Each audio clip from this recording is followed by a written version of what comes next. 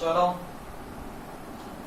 তো আমরা মোটামুটি আগের দিন নিউক্লিয়াস পড়ে নিয়েছি এবং তার তিনটে পার্ট আমাদের কাছে ক্লিয়ার হয়ে গেছে।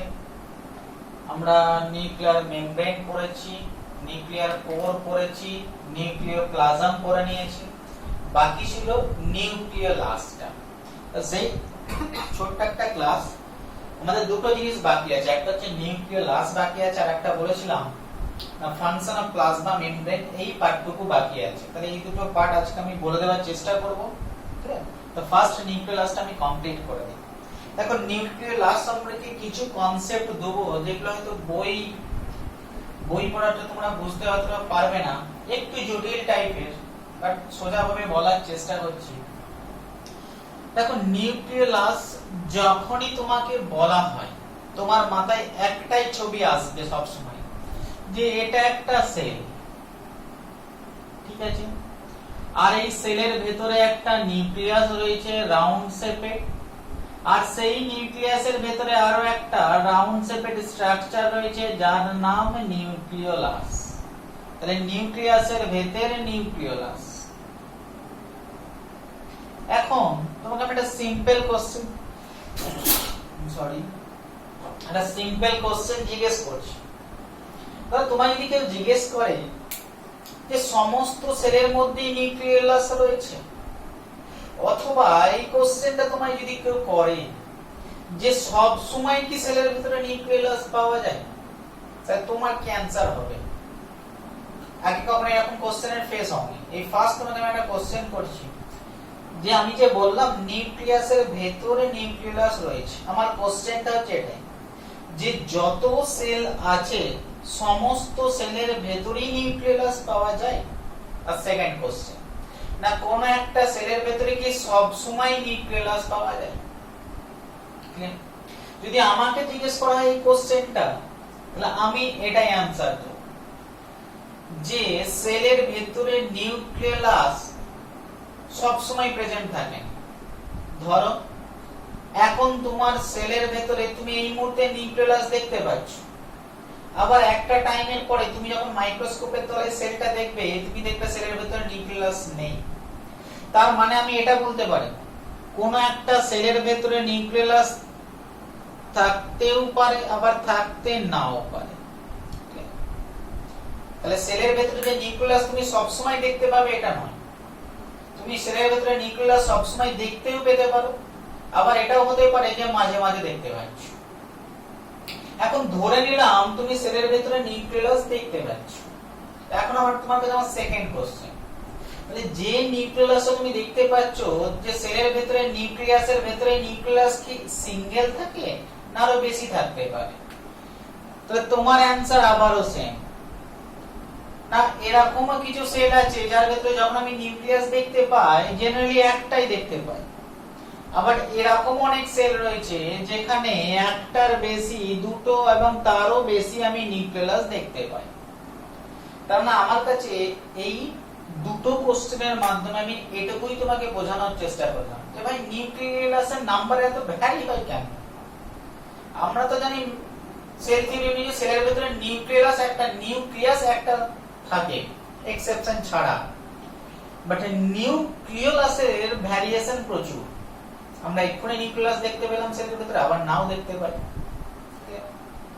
এই যে কখনো কোন সেলে একটা দেখতে পাই, কোন সেলে একের বেশি নিউক্লিয়াস দেখতে পাই, তাহলে এই যে ভ্যারিয়েশনটা নিউক্লিয়াসের ক্ষেত্রে কেন, এর অ্যানসার সায়েন্টিস্টরা খুঁজতে লাগে যে ভাই এরকম ভ্যারিয়েশন কেন।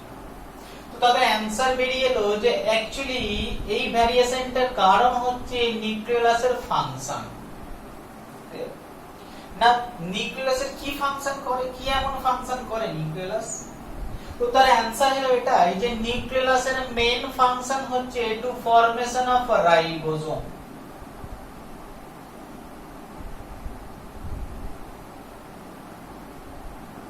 না নিউক্লিয়াস রাইবোসোম ফরমেশন করে। তাই অনেকে আবার বলে থাকে নিউক্লিয়াসকে বলে থাকে রাইবোসোম ফ্যাক্টর।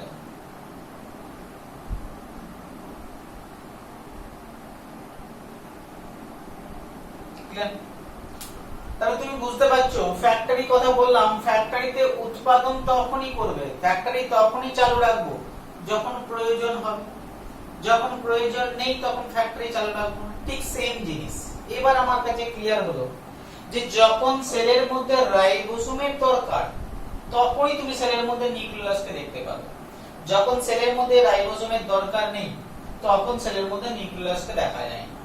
ক্লিয়ার? তাহলে নেক্সট কোশ্চেন, তাহলে রাইবোসোম সেলের মধ্যে কখন দরকার পড়ে? না জানা গেল এই রাইবোসোম আবার যে জিনিসটা তৈরি করে তার নাম হচ্ছে প্রোটিন, তাই রাইবোসোমের নাম আবার হয়ে গেল প্রোটিন ফ্যাক্টরি। ক্লিয়ার? তাহলে তুমি বুঝতে পারছো রাইবোসোম আবার তৈরি হয় প্রোটিন তৈরি করার জন্য। তার মানে নিউক্লিয়াস তখনই থাকে সেলের মধ্যে দেখতে পাওয়া যায় যখন সেল প্রোটিন তৈরি করে, কারণ প্রোটিন তৈরি করতে গেলে রাইবোসোম লাগে। এই প্রোটিনটা করে কি? এই প্রোটিনটা আর কিছু না, বিভিন্ন রকম জিনিস তৈরি করে, তার মধ্যে একটা ইম্পর্টেন্ট জিনিস হচ্ছে এনজাইম, কারণ প্রোটিন মানে এনজাইম। আর তোমরা জানো এনজাইমই আগের ক্লাসেই পড়িয়েছি সেলের ভিতরে সমস্ত মেটাবলিক অ্যাক্টিভিটিকে কন্ট্রোল করে। তার মানে তুমি এবার তোমার কাছে অ্যানসারটা ক্লিয়ার হবে যে সেলের ভিতরে সব সেলের ভিতরে মেটাবলিক অ্যাক্টিভিটি হয়ে থাকে। তাহলে সেলের ভিতরে যখনই মেটাবলিক অ্যাক্টিভিটি হয় তখনই সেলের মধ্যে এনজাইম লাগবে, আর এনজাইম মানে প্রোটিন, আর প্রোটিন মানে রাইবোসোম লাগবে, আর রাইবোসোম তৈরি করতে গেলে নিউক্লিয়াস লাগবে। এখন সেলের মেটাবলিক অ্যাক্টিভিটি সব সেলে তো সমান নয়, যদি এমন কোন সেল হয় যার মেটাবলিক অ্যাক্টিভিটি অনেক হাই তার বেশি প্রোটিন লাগবে, বেশি প্রোটিন মানে বেশি রাইবোসোম লাগবে, বেশি রাইবোসোম মানে বেশি নিউক্লিয়াস লাগবে, তাই সেলের ভিতরে নিউক্লিয়াস বেড়ে যেতে পারে। ধরো সেল এমন একটা সিচুয়েশন রয়েছে যে সেল বলল ভাই মেটাবলিক অ্যাক্টিভিটি একদম কমিয়ে দাও, তো সেল একদম মেটাবলিক অ্যাক্টিভিটি কমিয়ে দিল, তাহলে এনজাইম কম লাগবে, প্রোটিন কম তৈরি হবে, রাইবোসোম কম তৈরি হবে, তাহলে নিউক্লিয়াস দরকার পড়বে, পুরনো রাইবোসোম দিয়ে কাজ চালিয়ে নেবে। বুঝতে পেরেছো? তাই এই নিউক্লিয়াসের প্রেজেন্স এবং অ্যাবসেন্ট অদ্ভুত, এই কারণে নিউক্লিয়াস একটাও থাকতে পারে, একের বেশিও থাকতে পারে। ক্লিয়ার? তাহলে আগে সিকোয়েন্সটা দেখলাম নিউক্লিয়াস অ্যাকচুয়ালি রাইবোসোম তৈরি করে। না আমি যদি এর ব্যাকে দেখি, না আমি একটা एग्जांपल তোমায় আমি দিয়েছিলাম। কি एग्जांपल দিয়েছিলাম? না আমি একটা মেটাবলিক অ্যাক্টিভিটি নিয়েছিলাম। না আমি বলেছিলাম যে আমরা তো খাবার খাই, সেই খাবারটা এই কারণে খাই, খাবারটা থেকে এনার্জি আমরা বের করে নিই, সেই এনার্জিটাকে কাজে লাগাই সেল, এবং সেল যখন কাজ করে টিস্যু কাজ করে, টিস্যু কাজ করে আমরা কাজ করি। তো সেই গ্লুকোজটা আমি বলেছিলাম একটা एग्जांपल, যে একটা গ্লুকোজ তুমি খেয়েছিলে, কার্বোহাইড্রেট খেয়েছিলে, তার সিম্পল ইউনিট গ্লুকোজ, সেই গ্লুকোজ থেকে তৈরি হয়েছিল পাইরুভিক অ্যাসিড এবং সেটা ক্রেব সাইকেল করেছিল, এবং এই প্রসেসে এটিপি তৈরি হয়েছিল, মানে এই এটিপিটাই কাজে লাগিয়ে আমরা বেঁচে আছি। ক্লিয়ার? এই যে গ্লুকোজ থেকে পাইরুভিক অ্যাসিড তৈরি হওয়ার জন্য প্রচুর এনজাইম লাগে, আমি সেই প্রায় 10টার কাছাকাছি এনজাইম লাগে, 9টা থেকে 10টা, এই প্রচুর যে এনজাইম লাগে, তাহলে এই যে মেটাবলিক রিঅ্যাকশনটা প্রত্যেকটা সেলের ভিতরে হচ্ছে, তাহলে প্রত্যেকটা সেলের ভিতরে এনজাইম লাগছে। না যখনই কি হয়, না যখনই গ্লুকোজ সেলের ভিতরে গেল, সাথে সাথে সেল একটা সিগন্যাল পাঠায় কার কাছে, না এটা যদি সেল হয়ে থাকে তাহলে আমরা জানি সেলের ভিতরে নিউক্লিয়াস রয়েছে, না নিউক্লিয়াসের ভিতরে কি রয়েছে আগের দিনই পড়েছি, প্রচুর ক্রোমাটিন ফাইবার রয়েছে। ঠিক আছে? না আমি কি বলছি, ক্রোমাটিন ফাইবার আর কিছু না, ক্রোমাটিন ফাইবার হচ্ছে ডিএনএ, আর ডিএনএ এর মধ্যে জিন রয়েছে। আশা করি তোমরা যখন মেন্ডেল পড়েছো ক্লাস 10 এ এইটুকু তোমাদের কনসেপ্ট ক্লিয়ার আছে। তাহলে যখনই এই এনজাইমটা তৈরি হওয়ার কথা আসে, সাথে সাথে এই সংকেতটা সেলের নিউক্লিয়াসে চলে যায়, না নিউক্লিয়াসের মধ্যে এই ক্রোমাটিন ফাইবারগুলোর মধ্যে জিন পাওয়া যায়, জিনের কাছে সংকেতটা চলে যায়। ক্লিয়ার? জিন কি করে? জিন বলে ঠিক আছে আমার কাছে কোড রয়েছে, এই প্রোটিন তৈরির এই এনজাইম তৈরি করার কোডটা রয়েছে, তো আমি এনজাইমটা তৈরি করব, তাহলে এই জিনটা রয়েছে ডিএনএ এর মধ্যে। এখন এই প্রোটিন যেটা তৈরি হয়, ধরো এটা নিউক্লিয়াস আর এটা হচ্ছে নিউক্লিয়াসের চারিপাশে সাইটোপ্লাজম। এখন প্রোটিন তৈরি হয় সাইটোপ্লাজমে, কারণ গ্লাইকোলাইসিস হয় সাইটোপ্লাজমে। আর কোডটা রয়েছে নিউক্লিয়াসের ভেতরে ডিএনএ এর মধ্যে। তো ডিএনএ কখনোই নিউক্লিয়াস থেকে সাইটোপ্লাজমে আসতে পারে না। তো তখন ডিএনএ কি করে না, ডিএনএ এক কাজ করে, এই ডিএনএটা যার কাছে জেনেটিক কোড ছিল তার একটা ফার্স্ট কপি বানিয়ে নেয়। ঠিক আছে, জিনটার একটা কপি, মানে ওই ডিএনএটার আর একটা কপি তৈরি করে নেয়। এই প্রসেসটাকে আমরা বলে থাকি রেপ্লিকেশন। আগের দিনই পড়িয়েছি। বাট এখনো সেই প্রবলেম, কপি তো বানালাম, বাট এই ডিএনএও বললো ভাই আমি তো বাইরে যেতে পারবো না। তো তখন সেল ডিসাইড করলো তাহলে এমন একজনকে তৈরি করব যার কাছে আমি এই কোডটাকে পাঠাতে পারবো, যে বাইরে আসতে পারবে নিউক্লিয়াসের বাইরে। তো তখন তারা ডিএনএ থেকে আরএনএ তৈরি করে এবং এই প্রসেসটার নাম হয়ে যায় ট্রান্সক্রিপশন। তাহলে যে কোডটা ফার্স্ট ডিএনএ এর মধ্যে ছিল সেই কোডটাকে আরেকটা ডিএনএ কপির মধ্যে পাঠিয়ে দিল, বাট এই ডিএনএটাও নিউক্লিয়াস থেকে বাইরে আসতে পারলো না। তখন ওরা কি করলো, এই কোডটাকে আরো একজনের মধ্যে ট্রান্সফার করে দিল যে এই কোডটা নিয়ে বাইরে আসতে পারে, তার নাম আরএনএ। তো তখন এই কোডটা নিয়ে নিউক্লিয়ার পোর্ট দিয়ে আরএনএটা বাইরে চলে এলো। ক্লিয়ার? তাহলে সেই আরএনএটা যেই মাত্র বাইরে চলে এলো, সাথে সাথে এই আরএনএ এর উপরে কি লেগে গেল না, রাইবোজোম মুভ করতে শুরু করলো, হাঁটতে শুরু করলো।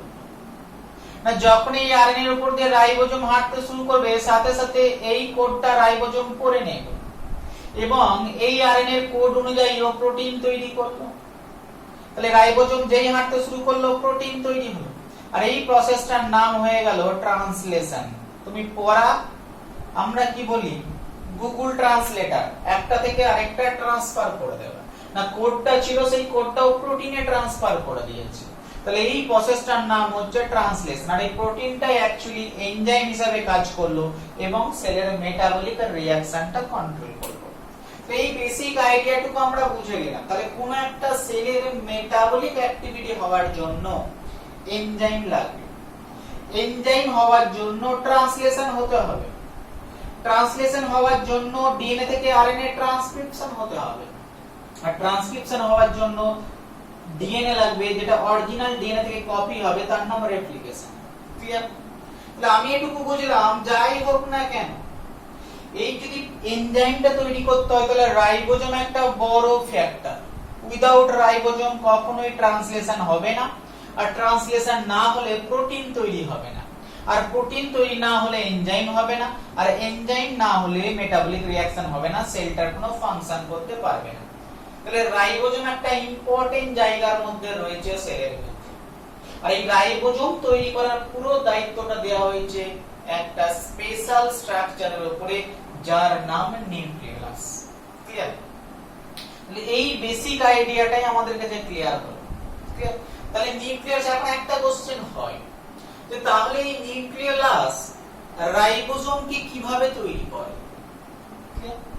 রাইবোজোম এরা তৈরি বানায় কিভাবে? ক্লিয়ার? তো কিভাবে বানায় আমরা দেখি। তো এটা বলার আগে একটা জায়গায় ক্লিয়ার হয়ে যাওয়া উচিত। কোন জায়গাটা?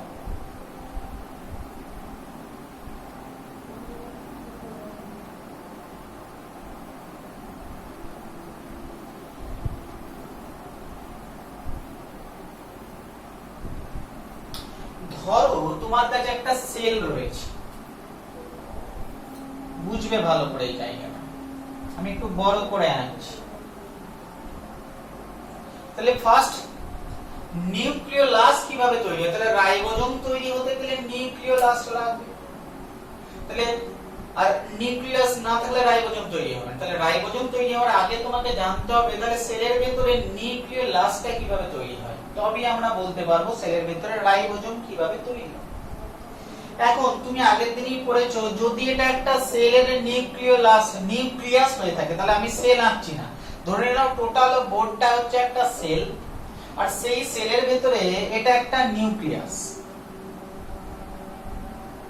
এখন আগের দিনই আমরা ক্লাসে আলোচনা করেছি যে নিউক্লিয়াসে আছেটা কি না, আমি বলেছি নিউক্লিয়াসের মধ্যে, নিউক্লিয়াসের সাইটোপ্লাজমে একটা ইম্পর্টেন্ট জিনিস রয়েছে, সেটা হচ্ছে একটা ফাইবার যেটা কালার দিয়ে দেখতে পাওয়া যায়, ক্রোমাটিন ফাইবার।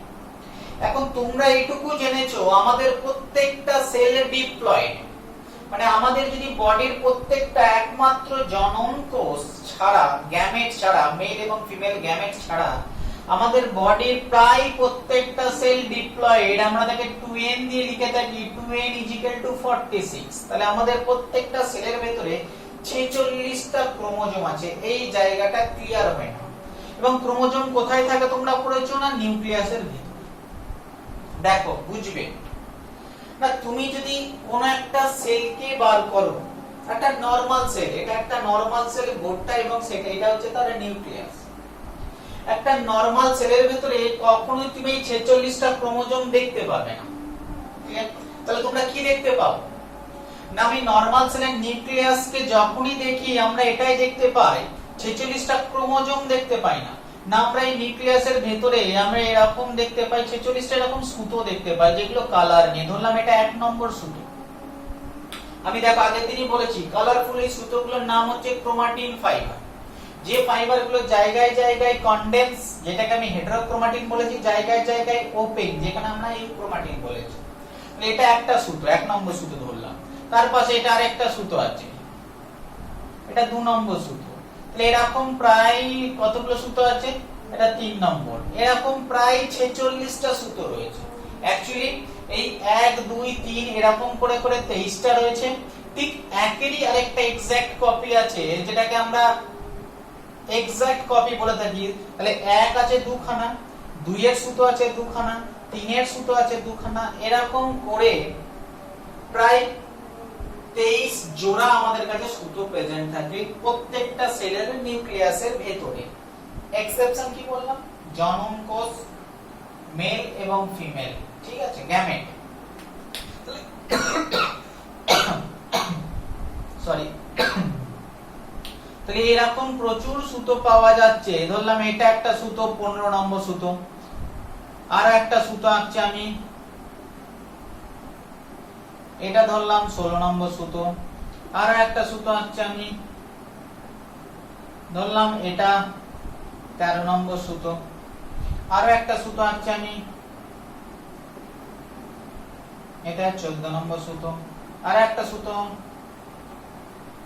এটা 21 নম্বর সুতো। আর একটা সুতো, এটা 22 নম্বর সুতো। এরকম টোটাল নিউক্লিয়াসের মধ্যে এরকম সুতোতে প্রায় 46টা সুতো প্রত্যেকটা সেলের ভেতরে আমরা দেখতে পাই। না যে সুতোগুলোকে আমি ক্রোমাটিন ফাইবার বলেছিলাম, এই কারণে বলেছিলাম যে কালার নাই, এবং যার জায়গায় জায়গায় অত্যন্ত কনডেন্স সেই জায়গাটাকে বলেছিলাম হেটারোক্রোমাটিন, আর যে জায়গাটায় খোলা সেই জায়গাটাকে আমি বলেছিলাম ইউক্রোমাটিন। এইটুকু কনসেপ্ট ক্লিয়ার হয়। বাট এই যে বোর্ডে যে সেল হয়ে থাকে, এই সেলটাই যখন ডিভিশনের দিকে যাবে, এটা এখন সেল ডিভিশন করছে না বলে আমি এরকম দেখতে পাচ্ছি না, যখন এই সেলটাই ডিভিশন করতে যাবে, সেল ডিভিশন করতে যাবে, তখন এই সুতোগুলো আরো কনডেন্স হয়ে যায়। দিয়ে কি রকম স্ট্রাকচার নিয়ে নেয়? ধর আমি বলেছি 1 নম্বর সুতোর দুটো ফর্ম রয়েছে, দুটো 1 নম্বর সুতো রয়েছে, তো আমি 1 নম্বর দিয়ে বোঝাই। না এই 1 নম্বর সুতোটা নরমাল অবস্থায় এরকম তুমি দেখতে পাচ্ছ, বাট যখনই সেল ডিভিশন হবে, সেল ডিভিশনের সময় এই সুতোটা অনেকটা এরকম হয়ে যায়, আরো বেশি কনডেন্স হয়ে যায়, এরকম স্ট্রাকচার। আমি বলছি এই আরেকটা কপি আছে, তাহলে দেখো এই সুতোটা 1 নম্বর সুতো দুটো কপি, এটাও এক এটাও এক। তারপর ডিউরিং সেল ডিভিশন এটা কি রকম ভাবে কনডেন্স হয়ে গেল না, যখনই সেল ডিভিশনের সময় কনডেন্স হয়ে যায়, এর বাইরে একটা কভার চেপে যায়।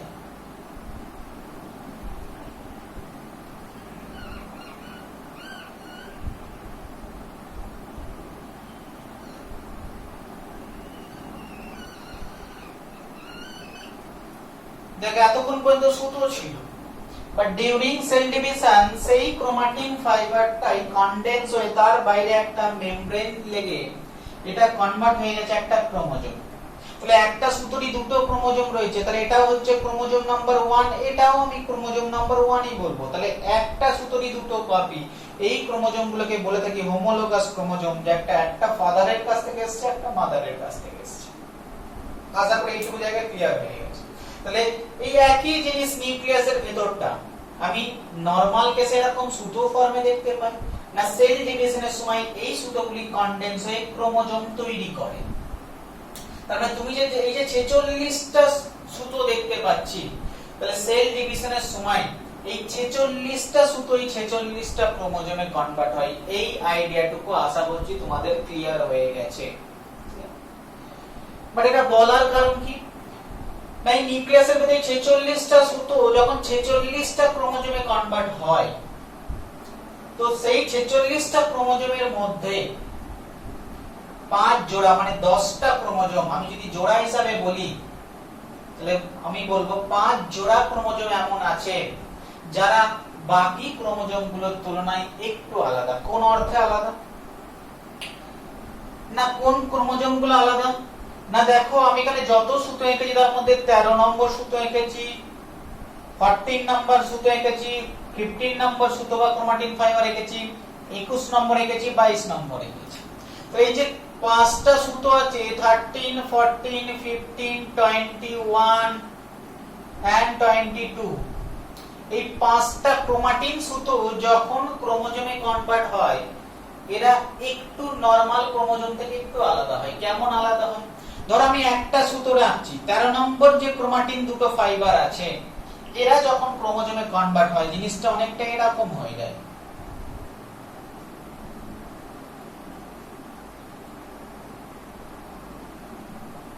তাহলে আমি যদি ছবিটা দেখে থাকি তাহলে আমি দেখবো এইরকম ঠিক।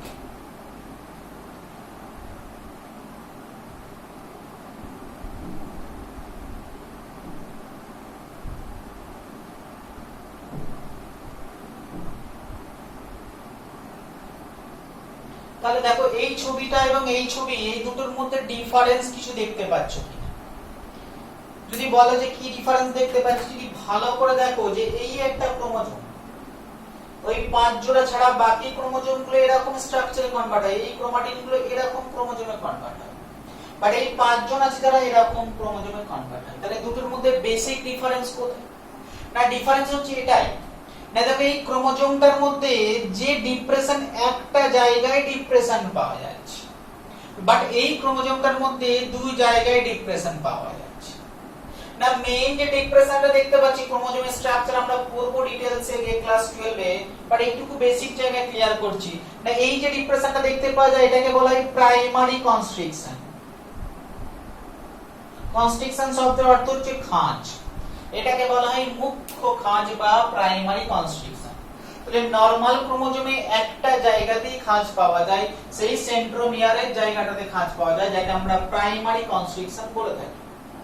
বাট এই 5টা সুতো এমন আছে যারা যখন ক্রোমোজোম তৈরি করে তো তখন এই প্রাইমারি কনস্ট্রিকশন তো পাওয়া যায়, এই প্রাইমারি কনস্ট্রিকশন ছাড়াও তাদের মধ্যে আরো একটা ইম্পর্টেন্ট কনস্ট্রিকশন পাওয়া যায় যার নাম হচ্ছে সেকেন্ডারি কনস্ট্রিকশন। তাহলে নিশ্চয়ই এক জিনিস না, বাকি ক্রোমোজোমের তুলনায় এই ক্রোমোজোমগুলোকে আলাদা।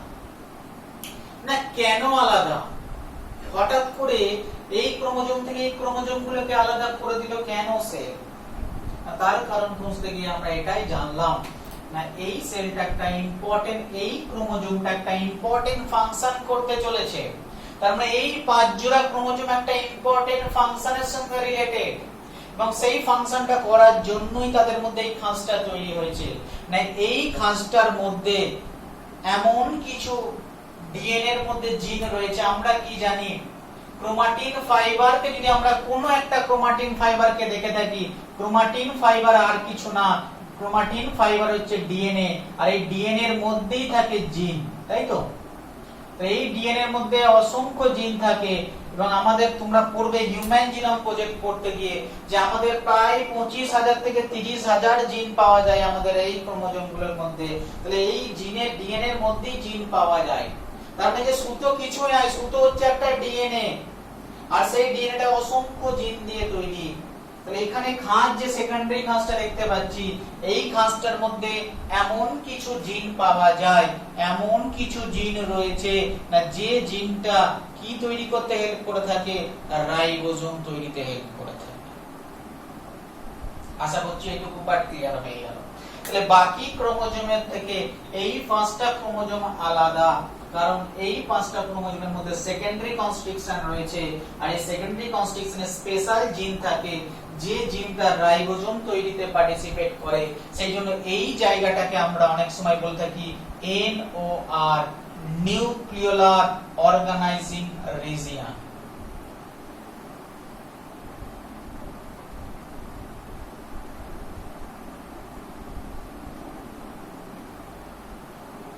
এর একটা নাম হচ্ছে নিউক্লিওলার অর্গানাইজিং রিজিয়ন, কারণ এ নিউক্লিওলাস তৈরিতে পার্টিসিপেট করে।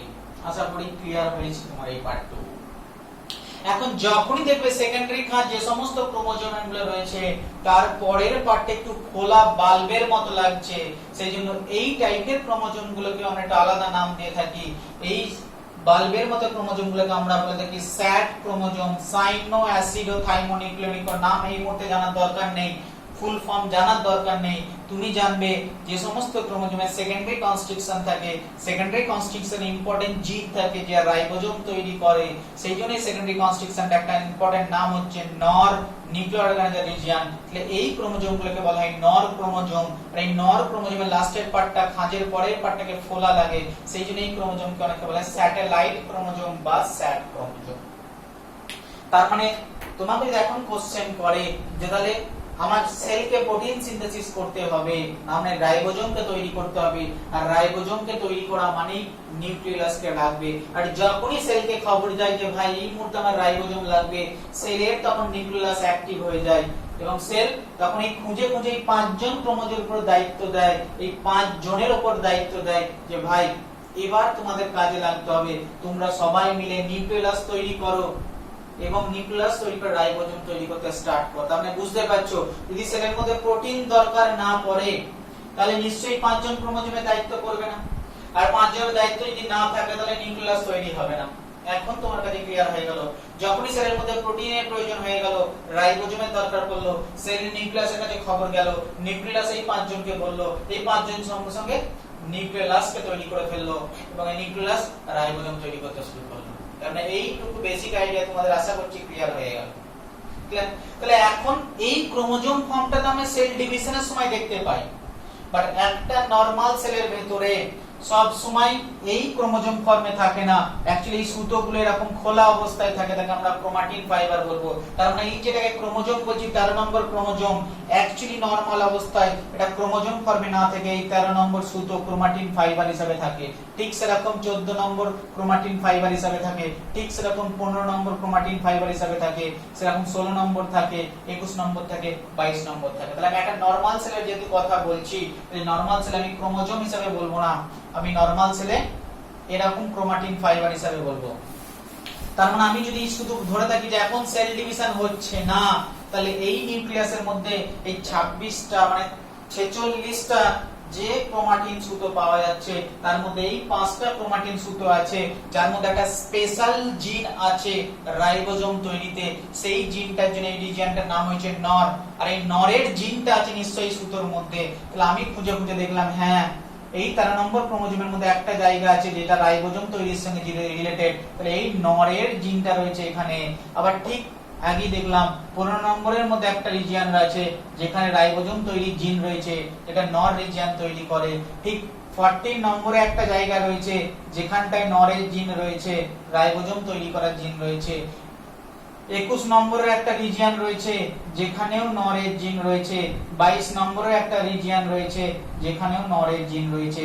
যখনই দরকার পড়ে সেল এই 5টা ক্রোমাটিন সুতোকে দায়িত্ব দেয় যে ভাই নিউক্লিয়াস তৈরি করো, আর নিউক্লিয়াস তৈরি হওয়ারই রাইবোজোম তৈরি হবে। এখন আমরা দেখব এই 5 জন যখন দায়িত্ব নেয় তখন এই 5 জন মিলে কিভাবে একটা নিউক্লিয়াসকে তৈরি করে।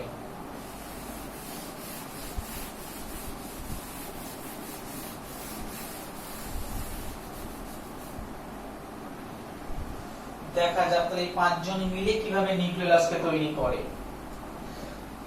তাহলে যেই মাত্র সেলের মধ্যে রাইবোজোমের দরকার পড়লো, সেলের তাহলে এটা টোটাল বোর্ডটা যদি সেল হয়ে থাকে, সেই সেলের মধ্যে এটা যদি নিউক্লিয়াস হয়ে থাকে, নিউক্লিয়াসের কাছে খবর গেল ভাই প্রোটিন রাইবোজোম তৈরি করতে হবে।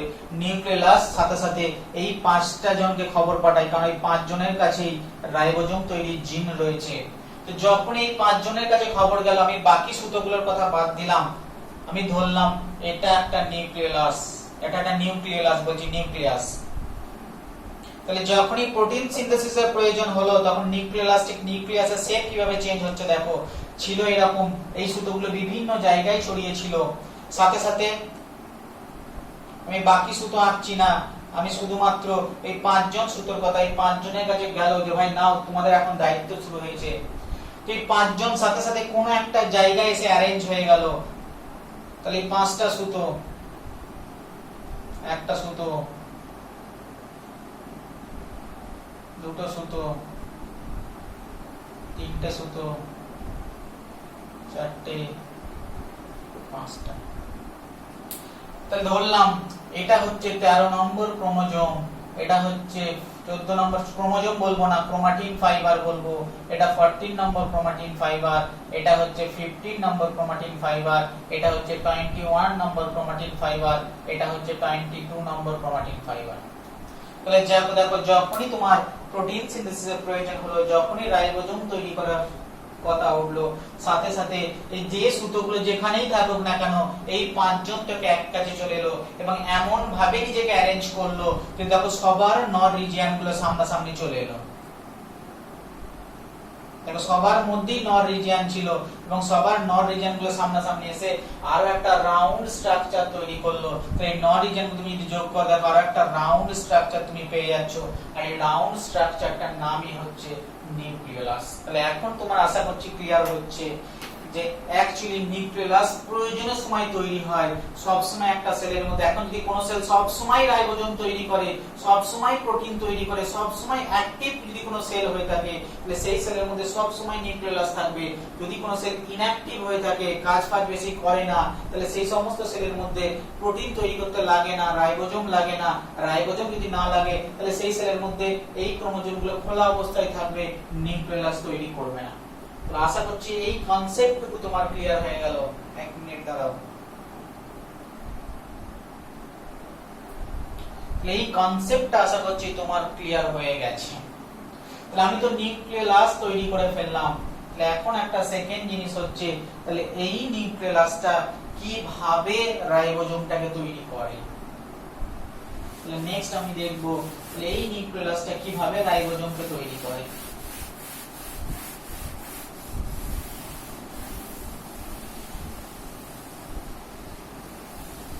আমি যদি একটু বড় করে ছবিটা আঁকি, এবার এই নিউক্লিয়াসটাকে আমি বড় করে আঁকছি। তাহলে এটা একটা সুতো,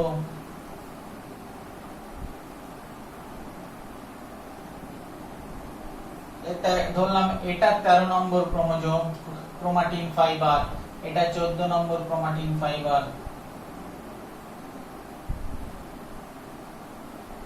এটা 15 নম্বর ক্রোমাটিন ফাইবার,